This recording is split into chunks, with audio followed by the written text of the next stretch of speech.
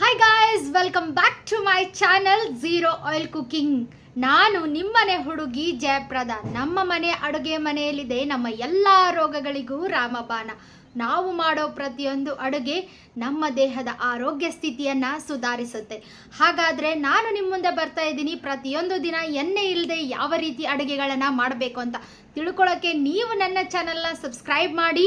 ಹಾಗಾದರೆ ಇವತ್ತಿನ ರೆಸಿಪಿ ಯಾವುದು, ಎಣ್ಣೆ ಇಲ್ಲದೆ ಅದನ್ನು ಹೇಗೆ ಮಾಡ್ತಾ ಇದ್ದೀವಿ ಅಂತ ನೋಡೋಣ. ಇವತ್ತಿನ ಸ್ಪೆಷಲ್ ರೆಸಿಪಿ ಬಂದ್ಬಿಟ್ಟು ಮೂಂಗ್ ದಾಲ್ ಅಥವಾ ಹೆಸರು ಬೇಳೆನ ಯೂಸ್ ಮಾಡ್ಕೊಂಡ್ಬಿಟ್ಟು ಪಡ್ಡು, ದೋಸೆ, ಇಡ್ಲಿನ ನಾವು ಯಾವ ರೀತಿ ಮಾಡಬೇಕು ಅನ್ನೋದನ್ನ ನಾನು ನಿಮಗೆ ತೋರಿಸ್ತೀನಿ. ಅದು ಎಣ್ಣೆ ಇಲ್ಲದೆ. ಇದ್ರ ಜೊತೆಗೆ ನೀವು ತೆಂಗಿನಕಾಯಿ ಚಟ್ನಿನಾದರೂ ಯೂಸ್ ಮಾಡ್ಕೋಬೋದು, ಇಲ್ಲ ನಂತರ ಶುಂಠಿ ಬೆಳ್ಳುಳ್ಳಿ ಸಾಂಬಾರನ್ನ ಕೂಡ ಯೂಸ್ ಮಾಡ್ಕೋಬೋದು. ಈ ರೆಸಿಪಿ ಹೇಗೆ ಮಾಡೋದಂತ ತೋರಿಸ್ತೀನಿ. ಅದಕ್ಕಿಂತ ಮುಂಚೆ ಯಾರೆಲ್ಲ ನನ್ನ ಚಾನಲ್ನ ಸಬ್ಸ್ಕ್ರೈಬ್ ಮಾಡ್ಕೊಂಡಿಲ್ಲ ದಯವಿಟ್ಟು ಸಬ್ಸ್ಕ್ರೈಬ್ ಮಾಡ್ಕೊಳ್ಳಿ. ಸೊ ನಾನಿಲ್ಲಿ 1.5 ಗಂಟೆ ನೆನೆಸಿಟ್ಟಿರುವಂಥ ಹೆಸರು ಬೇಳೆ ಒಂದು ಬೌಲಷ್ಟು ನಾನಿಲ್ಲಿ ತೊಗೊಂಡಿದ್ದೀನಿ. ಸೊ ಇದು ಚೆನ್ನಾಗಿ ನೆನೆದಿದೆನಾ ಇಲ್ವಾ ಅಂತ ಕೈಯಿಂದ ಇದು ಮಾಡಿ ನೋಡ್ತಾ ಇದ್ದೀನಿ. ಚೆನ್ನಾಗಿ ನೆನೆದಿದೆ. ಸೊ ಇದಕ್ಕೆ ನಾನು ಏನು ಮಾಡ್ತಾ ಇದ್ದೀನಿ ಅಂದರೆ ಒಂದು 1/2 ಕಪ್ ಆಗುವಷ್ಟು ಮೊಸರು, ಮತ್ತು 1/4 ಕಪ್ ಆಗುವಷ್ಟು ರವೆ, ಮತ್ತು ಒಂದು ಚಿಕ್ಕ ಕಪ್ ಅಥವಾ 1/4 ಅಥವಾ 3/4 ಅಂತ ಏನು ಕರಿತೀವಲ್ಲ ಅಷ್ಟು ನಾನಿಲ್ಲಿ ಮಕ್ಕನ್ ಪೌಡರ್ನ ತೊಗೊತಾ ಇದ್ದೀನಿ. ಅಂದರೆ ಮಕ್ಕನ್ನ ಬಿಸಿ ಮಾಡಿ ಪೌಡರ್ ಮಾಡಿ ಇಟ್ಕೊಂಡಿದ್ದೆ, ಅದನ್ನು ನಾನು ಇಲ್ಲಿ ತೊಗೊತಾ ಇದ್ದೀನಿ. ಸೊ ಇದೆಲ್ಲನೂ ಮಿಕ್ಸಿಗೆ ಹಾಕ್ಕೊತಾ ಇದ್ದೀನಿ. ನೋಡಿ, ಮೊಸರು ಬಂದುಬಿಟ್ಟು 1/2 ಕಪ್ ಅಷ್ಟಿದೆ, ಅದಕ್ಕಿಂತ ಜಾಸ್ತಿ ಏನು ತೊಗೊಂಡಿಲ್ಲ. ನೀವು ವೇರಿಯೇಷನ್ ಕೂಡ ಮಾಡ್ಬೋದು, ನೀವು ಯಾವ ರೀತಿ ಎಷ್ಟು ಜನಕ್ಕೆ ಮಾಡ್ತೀರಾ ಅನ್ನೋದ್ರ ಮೇಲೆ ಡಿಪೆಂಡ್ ಆಗುತ್ತೆ. ಸೊ ಮಿಕ್ಸಿ ಎಲ್ಲ ಫುಲ್ಲಾಗಿತ್ತು ಅಂತ ಸ್ವಲ್ಪ ಅದು ಗಿರಿಗಿರ ಅಂತ ತಿರುಗಕ್ಕಿದ್ದು ಬೇಕಂತ ಇದು ಮಾಡಿಕೊಂಡು ಸ್ವಲ್ಪ ನೀರನ್ನ ಹಾಕ್ಕೊತಾ ಇದ್ದೀನಿ. ಸ್ವಲ್ಪ ರವೆನ ಸೈಡಿಗೆ ಇಟ್ಕೊಂಡಿದ್ದೀನಿ, ಯಾಕಂತಂದರೆ ಅದು ಜಾಗ ಇರಲಿಲ್ಲ ಮಿಕ್ಸಿಯಲ್ಲಿ ಅನ್ನೋ ರೀಸನ್ಗೆ. ಇದಕ್ಕೆ ನಾನು ಶುಂಠಿ, ಬೆಳ್ಳುಳ್ಳಿ, ಹಸಿಮೆಣಸಿನ್ಕಾಯಿ, ಕೊತ್ತಂಬರಿನ ಖಾರಕ್ಕೆ ತಕ್ಕ ಹಾಗೆ ನೀವು ಆ್ಯಡ್ ಮಾಡ್ಕೋಬೇಕಾಗುತ್ತೆ. ಸೊ ಇದನ್ನು ಚೆನ್ನಾಗಿ ನುಣ್ಣಗೆ ರುಬ್ಕೋಬೇಕು. ಫುಲ್ ಸಾಫ್ಟ್ ಇಡ್ಲಿ ಏನು ಬ್ಯಾಟರ್ ಇರುತ್ತಲ್ಲ ಆ ರೇಂಜಿಗೆ. ಇಡ್ಲಿ, ದೋಸೆ ಎಲ್ಲನೂ ಮಾಡ್ಬೋದು. ಸೊ ಇಡ್ಲಿ ಬ್ಯಾಟ್ರಿಗೆ ನೀವು ಇದನ್ನು ರುಬ್ಕೊಂಡು ಒಂದು ಪಾತ್ರೆಗೆ ನಾನಿಲ್ಲಿ ಅದನ್ನು ಹಾಕ್ಕೊತಾ ಇದ್ದೀನಿ.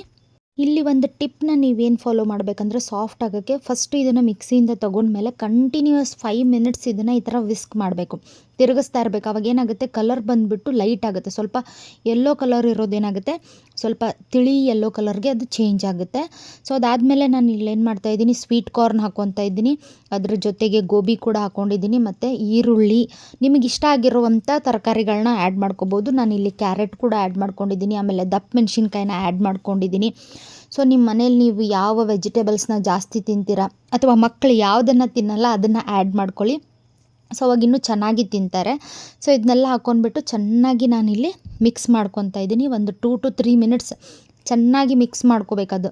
ಎಲ್ಲನೂ ಏಕರಸ ಆಗಬೇಕು ಅಂತ ಹೇಳ್ತಾರಲ್ಲ, ಆ ರೀತಿಯಾಗಿ ನೀವು ಇದನ್ನು ಚೆನ್ನಾಗಿ ಮಿಕ್ಸ್ ಮಾಡ್ಕೋಬೇಕು.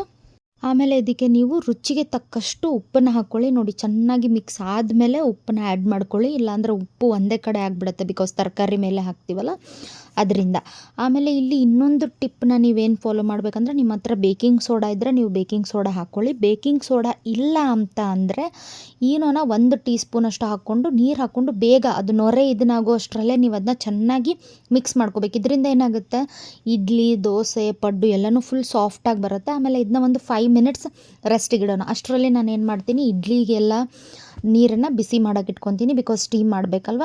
ಸೊ ಇವಾಗ ಅದು 10 ಮಿನಿಟ್ಸ್ ಆಗಿದೆ. ಇವಾಗ ಇಡ್ಲಿ ಪಾತ್ರೆಗೆ ಇದನ್ನು ನಾನು ಟ್ರಾನ್ಸ್ಫರ್ ಮಾಡ್ಕೊತಾ ಇದ್ದೀನಿ. ಸೊ ಇದ್ರದ್ದು ಬೆನಿಫಿಟ್ಸ್ ಏನಪ್ಪ, ಈ ಥರ ತಿಂಡಿಗಳನ್ನ ತಿನ್ನೋದ್ರಿಂದ, ಫಸ್ಟು ಮಕ್ಕಳಿಗೆ ಇದೊಂದು ಪ್ರೋಟೀನ್ ರಿಚ್ ಲಂಚ್ ಬಾಕ್ಸ್ ಆಗಿರ್ಬೋದು, ಬೆಳಗ್ಗೆ ಬ್ರೇಕ್ಫಾಸ್ಟ್, ಡಿನ್ನರ್ಗೆ ಇದೊಂದು ಹೇಳಿ ಮಾಡಿಸಿದಂಥ ಒಂದು ರೆಸಿಪಿ. ಇದರಲ್ಲಿ ಏನಿದೆ, ಹೈ ಪ್ರೋಟೀನ್ ಇದೆ. ಯಾಕಂದರೆ ಮೂಂಗ್ ದಾಲಲ್ಲಿ ಜಾಸ್ತಿ ಪ್ರೋಟೀನ್ಸ್ ಇರುತ್ತೆ, ಮತ್ತು ಫೈಬರ್ ಇದೆ, ಮಿನರಲ್ಸ್ ಇದೆ. ಅದೆಲ್ಲನೂ ಬಿಟ್ಟಿದ್ದು ಲೋ ಗ್ಲೈಸೆಮಿಕ್ ಇಂಡೆಕ್ಸ್ ಕೂಡ ಇದರಲ್ಲಿದೆ. ನೋಡಿ, ಈ ಥರ ದೋಸೆ ಕೂಡ ನೀವು ಮಾಡ್ಕೋಬೋದು. ಇಡ್ಲಿ ತಿನ್ನಲ್ಲ ಅಂದರೆ ದೋಸೆ ಮಾಡ್ಕೊಳ್ಳಿ, ದೋಸೆ ತಿನ್ನಲ್ಲ ಅಂದರೆ ಪಡ್ಡು ಮಾಡ್ಕೊಳ್ಳಿ, ಈ ಥರ. ಬಟ್ ನಮ್ಮ ಮನೇಲಿ ಇಡ್ಲಿ ಮಾಡಿದಾಗ ದೋಸೆ ಕೇಳ್ತಾರೆ, ದೋಸೆ ಮಾಡಿದಾಗ ಪಡ್ಡು ಕೇಳ್ತಾರೆ. ಅದಕ್ಕೆ ನಾನು ಒಂದೇ ಒಂದು ಮೇನ್ ಇದರಿಂದ ಎಲ್ಲನೂ ಮಾಡಿಬಿಡ್ತಾ ಇದ್ದೀನಿ. ಸೊ ಇದು ಬಂದುಬಿಟ್ಟು ನಮಗೆ ಡೈಜೆಷನಿಗೆ ಕೂಡ ತುಂಬ ಸಪೋರ್ಟ್ ಆಗುತ್ತೆ, ಮತ್ತು ಎಣ್ಣೆ ಯೂಸ್ ಮಾಡಿಲ್ಲದೆ ಇರೋದ್ರಿಂದ ಕ್ಯಾಲೋರಿ ಕೌಂಟ್ ಕೂಡ ತುಂಬ ಕಡಿಮೆ ಆಗುತ್ತೆ. ಇದರಿಂದ ಏನಾಗುತ್ತೆ, ಹಾರ್ಟ್ ಡಿಸೀಸು ಅಥವಾ ಹೈ ಕೊಲೆಸ್ಟ್ರಾಲ್ ರಿಸ್ಕ್ಗಳು ಕೂಡ ಕಡಿಮೆ ಆಗುತ್ತೆ. ಮತ್ತು ಡೈಜೆಷನ್ನು ಮತ್ತು ಇನ್ನೂ ಹಲವಾರು ಇಂಪಾರ್ಟೆಂಟ್ ಥಿಂಗ್ಸ್ಗಳು ಇದರಲ್ಲಿದೆ. ಎಣ್ಣೆ ಒಂದನ್ನು ಯೂಸ್ ಮಾಡದೇ ಇರೋದ್ರಿಂದ ಏನು ನಾವು ಅಡುಗೆ ಮಾಡ್ತೀವಲ್ಲ ಅದರಲ್ಲಿರೋ ನ್ಯೂಟ್ರಿಷನ್ ಕ್ವಾಂಟಿಟಿ ಎಲ್ಲನೂ ಹಾಗೆ ಉಳ್ಕೊಳ್ಳುತ್ತೆ. ಯಾವುದೇ ರೀತಿಯಾದಂಥ ಲಾಸ್ ಆಗಲ್ಲ. ಫೈಬರ್ ಆಗಿರ್ಬೋದು ಮತ್ತು ವಾಟರ್ ಸಾಲ್ಯುಬಲ್ ಕಂಟೆಂಟ್ ಆಗಿರ್ಬೋದು, ಅದು ಯಾವುದು ಲಾಸ್ ಆಗದೆ ಇದ್ದಾಗ ಏನಾಗುತ್ತೆ, ನಾವೇನು ಫುಡ್ಡನ್ನು ತೊಗೊತೀವಲ್ಲ ಅದರಲ್ಲಿರೋ ಎಲ್ಲ ನ್ಯೂಟ್ರಿಷನ್ ನಮ್ಮ ದೇಹನ ಈಸಿಯಾಗಿ ಸೇರುತ್ತೆ. ಮತ್ತು ಇದು ಬಂದುಬಿಟ್ಟು ಡಿಟಾಕ್ಸಿಫಿಕೇಷನಿಗೆ ಕೂಡ ತುಂಬ ನಮಗೆ ಹೆಲ್ಪ್ ಆಗುತ್ತೆ. ಒಂದಲ್ಲ ಎರಡಲ್ಲ ನೂರಾರು ಬೆನಿಫಿಟ್ಸ್ಗಳು ಪ್ರತಿಯೊಂದು ಆಹಾರದಲ್ಲೂ ಇರುತ್ತೆ. ಬಟ್ ಅದನ್ನು ನಾವು ತಿಳ್ಕೊಬೇಕಷ್ಟೆ. ಸೊ ಇದು ಯಾವ ರೀತಿಯಾದಂಥ ಬೆನಿಫಿಟ್ಸ್ಗಳನ್ನು ಹೊಂದಿದೆ ಅನ್ನೋದನ್ನ ನಾನು ನನ್ನ ಡಿಸ್ಕ್ರಿಪ್ಷನ್ ಬಾಕ್ಸಲ್ಲಿ ಕೊಟ್ಟಿರ್ತೀನಿ. ನೀವು ಅದನ್ನು ಒಂದು ಸತಿ ಚೆಕ್ ಮಾಡ್ಕೊಳ್ಳಿ. ಮತ್ತು ಎಣ್ಣೆ ಇಲ್ಲದೆ ಇದನ್ನು ಟ್ರೈ ಮಾಡಿ ಯಾವ ರೀತಿ ಇತ್ತು ಅಂತ ನನಗೆ ಕಮೆಂಟ್ ಮುಖಾಂತರ ತಿಳಿಸಿ.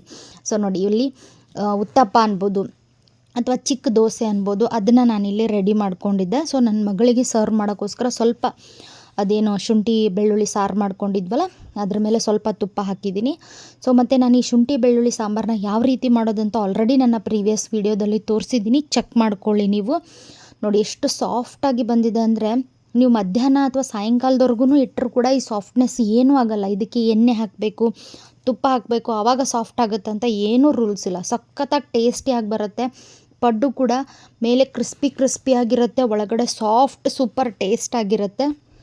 ಮತ್ತು ಇನ್ನೊಂದು ಮೂಂಗ್ ದಾಲ್ದು ಏನಪ್ಪ ಅಂತಂದರೆ ಬೆನಿಫಿಟ್ಸು, ನಮ್ಮ ದೇಹಕ್ಕೆ ಇದು ತುಂಬಾ ತಂಪಾಗುತ್ತೆ. ಸೊ ಇವಾಗ ನಮಗೆ ಹೀಟ್ ಆಗಿದೆ ಅಥವಾ ಬೇರೇನು ಇದು ಮಾಡೋಕ್ಕಾಗ್ತಾ ಇಲ್ಲ, ಕೆಲವೊಂದು ರಿಸ್ಟ್ರಿಕ್ಷನ್ಸ್ ಇರುತ್ತೆ, ಅದನ್ನು ತಿನ್ನಬಾರ್ದು ಇದು ತಿನ್ನಬಾರ್ದು ಅಂತ ಇದ್ದಾಗ ಏನಾಗುತ್ತೆ, ಈ ಮೂಂಗ್ ದಾಲ್ನ ತಿನ್ನಿ. ಮತ್ತು ಇನ್ನೊಂದೇನೆಂದರೆ, ಕೆಲವೊಬ್ಬರಿಗೆ ತೊಗರಿ ಬೇಳೆ ತಿಂದಾಗ ಏನಾಗುತ್ತೆ, ಪಿತ್ತ ಜಾಸ್ತಿ ಆಗ್ತಾ ಇರುತ್ತೆ, ಒಂಥರ ಸಂಕಟ ಅನ್ನಿಸ್ತಾ ಇರುತ್ತೆ. ಅವರು ಬಂದುಬಿಟ್ಟು ಈ ಹೆಸರು ಬೇಳೆನ ಡೈಲಿ ಎಲ್ಲದರಲ್ಲೂ ಯೂಸ್ ಮಾಡೋದ್ರಿಂದ ಕೂಡ ಸೂಪರ್ ಡೂಪರ್ ಆಗಿರುತ್ತೆ. ಸೊ ಅಷ್ಟರಲ್ಲಿ ನಾನು ಬೆನಿಫಿಟ್ಸ್ ಹೇಳೋ ಅಷ್ಟರಲ್ಲಿ ಪಡ್ಡು ರೆಡಿ ಆಯಿತು, ದೋಸೆನೇ ಆಯಿತು, ಮತ್ತು ಇಡ್ಲಿ ಕೂಡ ರೆಡಿ ಆಯಿತು. ನೋಡಿ ಇಡ್ಲಿ ಕೂಡ ಎಷ್ಟು ಸಾಫ್ಟಾಗಿ ಬಂದಿದೆ. ಸೊ ಇನ್ನೊಂದು ಸ್ವಲ್ಪ ನೀವು ಇದಕ್ಕೆ ಬೇಕಿಂಗ್ ಸೋಡಾ ಎಲ್ಲ ಹಾಕ್ಕೊಂಡು ಇಲ್ಲ ಫರ್ಮೆಂಟೇಷನ್ ಮಾಡೋಕೆ ಇಟ್ಕೊಂಡಿದ್ರೆ ಇನ್ನೂ ಸಖತ್ ಟೇಸ್ಟಿಯಾಗಿ ಸಾಫ್ಟಾಗಿ ಬರುತ್ತೆ. ತುಂಬ ಬೇಗ ರೆಡಿ ಆಗುವಂಥ ರೆಸಿಪಿಗಳಲ್ಲಿ ಕೂಡ ಇದು ಒಂದು. ಜಸ್ಟ್ ನನಗೆ ಎಂಟೈರ್ ಇದನ್ನೆಲ್ಲ ಮಾಡೋಕ್ಕೆ ಒಂದು 15 to 20 ಮಿನಿಟ್ಸ್ ತೊಗೊಳ್ತು, ಹೆಸರು ಬೇಳೆನ ನೆನೆ ಇಡೋದನ್ನು ಬಿಟ್ಟು. ಸೊ ನೀವು ಕೂಡ ಮಾಡಿ, ಟ್ರೈ ಮಾಡಿ ಹೇಗಿತ್ತು ಅಂತ ಹೇಳಿ. ಮತ್ತು ನನ್ನ ಎಲ್ಲ ವೀಡಿಯೋಗಳ ರೆಸಿಪಿಗಳನ್ನ ನಾನು ಡಿಸ್ಕ್ರಿಪ್ಷನ್ ಬಾಕ್ಸಲ್ಲಿ ಹಾಕಿರ್ತೀನಿ, ಚೆಕ್ ಮಾಡ್ಕೊಳ್ಳಿ. ನಾಳೆ ಮತ್ತೊಂದು ವೀಡಿಯೋಂದಿಗೆ ನಾನು ನಿಮ್ಮನ್ನು ಮೀಟ್ ಆಗ್ತೀನಿ. ಅಲ್ಲಿವರೆಗೂ take care, love you all, bye and have a happy super duper Sunday. Love you all, bye.